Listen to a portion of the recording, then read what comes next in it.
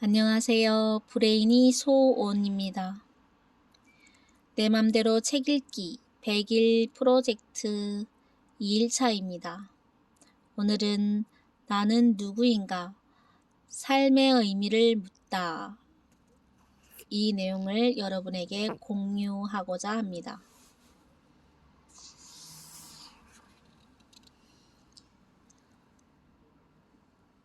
어린 시절 유난히 겁이 많고 몸이 약해 병치레가 잦았던 아이였습니다.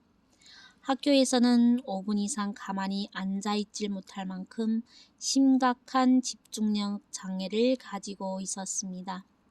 사정이 이렇다 보니 성적은 형편없었고 내가 다녔던 초등학교 교사이셨던 아버지를 난처하게 만든 적이 한두 번이 아니었습니다.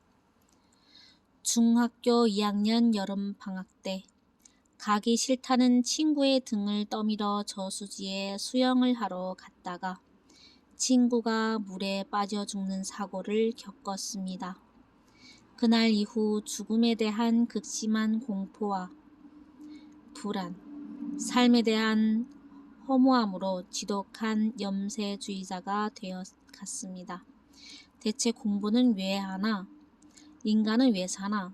결국엔 죽는데 그럼 죽으려고 공부하는 건가? 이런 질문과 알 수 없는 원망으로 가슴이 터질 것처럼 답답하던 시절이었습니다.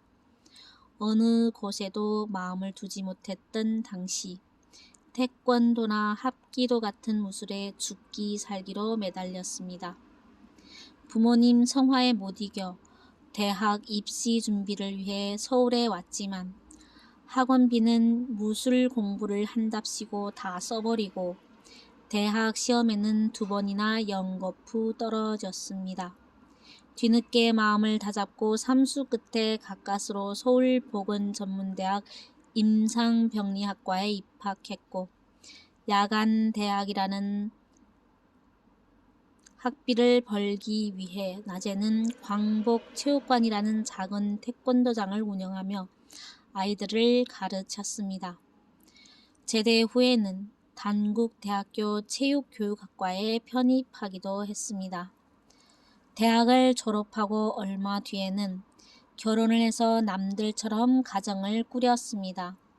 병원이나 보건소에서 병리실장으로 근무하며 그렇게 평범한 가장으로 살아갔지만 마음속은 공허했습니다. 퇴근길에 하늘을 올려다보면 울컥 서러움이 목까지 치밀어 오르고 한없이 외로웠습니다. 삶의 의미를 모른 채 살아가야 한다는 것이 여전히 참을 수 없는 고통이었습니다. 그 무렵 우연히 청계천의 한 고서점에서 태극권에 관한 책을 발견했습니다. 선을 통해서 길을 터득하면 천하무적이 된다라는 글귀가 눈에 들어오는 순간 마치 감전이라도 된 것처럼 강력한 에너지가 내 몸을 타고 흘렀습니다. 그날 이후 새벽 4시면 저절로 눈이 떠졌고 나도 모르게 뒷산에 가서 앉아있게 되었습니다. 수련은 절로 되었고 마음에는 잡념이 없어 사람을 대하면 아주 편안하고 자연스럽게 말이 흘러나왔습니다. 주변 사람의 앞일이 예견되는 일이 자주 생겼고 사람의 얼굴만 보고도 어떤 문제가 있는지 어떤 마음을 품고 있는지를 저절로 알게 되는 일도 자주 있었습니다. 하지만 그런 기적인 현상의 배후에 있는 것, 궁극적으로 알고 싶었던 존재의 근원에 대한 답을 알 수 없으니 오히려 괴로움은 더 커져 갔지요. 오랜 고민 끝에 마침내 사생 결당하는 심정으로 모악산으로 들어갔습니다. 내가 찾고 있는 질문에 대한 해답을 얻기 전에는 죽어도 산을 내려가지 않으리라 다짐했습니다. 21일 동안 먹지도 자지도 눕지도 않고 나 자신을 존재의 극한, 삶과 죽음의 경계까지 몰고 갔습니다. 그렇게 목숨을 건 수행 끝에 나는 누구인가에 대한 의심 없는 대답이 내 안에서 터져 나왔습니다. 나는 천지 기운이다. 나는 천지 마음이다.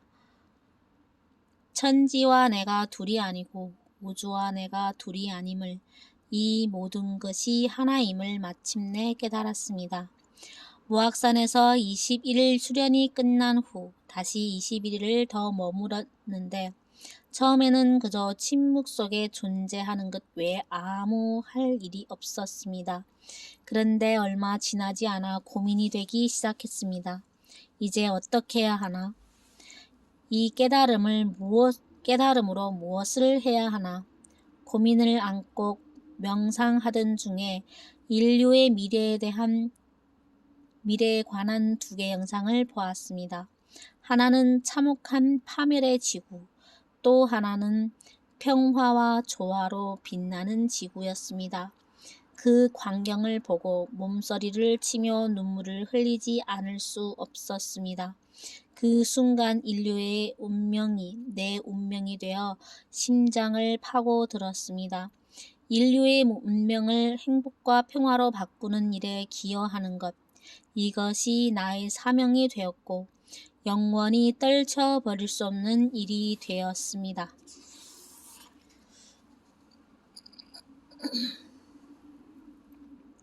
젊은 시절 삶에 대한 의문 때문에 내 마음은 평화롭지 못했습니다.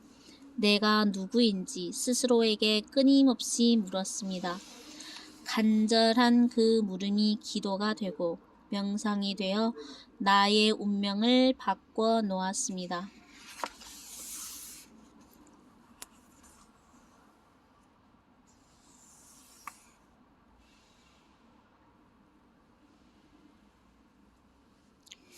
모악산의 옛 이름은 엄외, 즉 어머니 산입니다.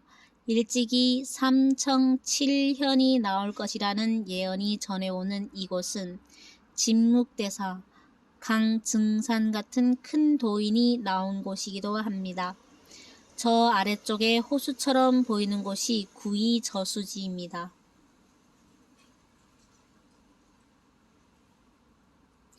물고기가 논이는 모습이 선명하게 모악산에서 수행할 때 산 정상에 앉아 있으면 구이저수지에 물고기가 논이는 모습이 선명하게 보였습니다. 오감의 세계를 넘어선 초의식의 상태, 그곳에서 죽음의 고비를 수차례 넘긴 뒤에야 마침내 깨달음을 얻었습니다.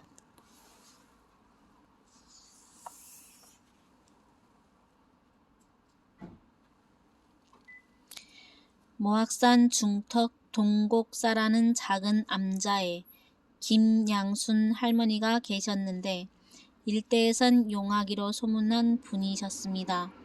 모악산에 처음 갔을 때 초면인데도 마치 기다린 듯 반겨주셨습니다. 할머니가 보살펴 주신 덕분에 수행에만 몰두할 수 있었습니다. 모악산 입구에 김양순 할머니를 기념하여 선덕비를 세웠습니다.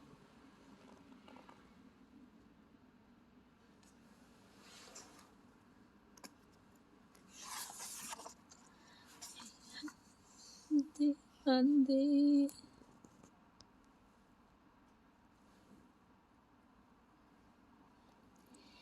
내 몸 안에서 구하라. 이 말을 따를 만한 진리는 없습니다. 단학은 몸 공부를 통해 깨달음에 이르는 심신수행법입니다.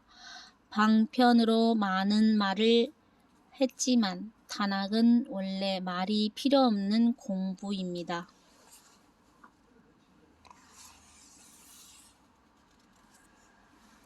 깨닫고 나서 당신이 제일 먼저 한 일은 무엇입니까? 언젠가 하버드 대학에서 강연을 했을 때 한 학생이 물었습니다. 내가 깨닫고 나서 제일 먼저 했던 일은 매일 새벽 공원에 나가 사람들에게 수련 지도를 한 것입니다.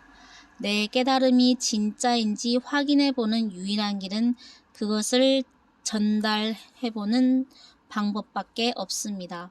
실현될 수 없는 깨달음, 전달될 수 없는 깨달음은 깨달음이 아닙니다. 이상 100일 프로젝트 2일차 마치고 다음 시간에는 깨달음 그 이후 뜻을 펼치다와 여러분과 함께 공유하도록 하겠습니다. 끝까지 경청해 주셔서 감사합니다.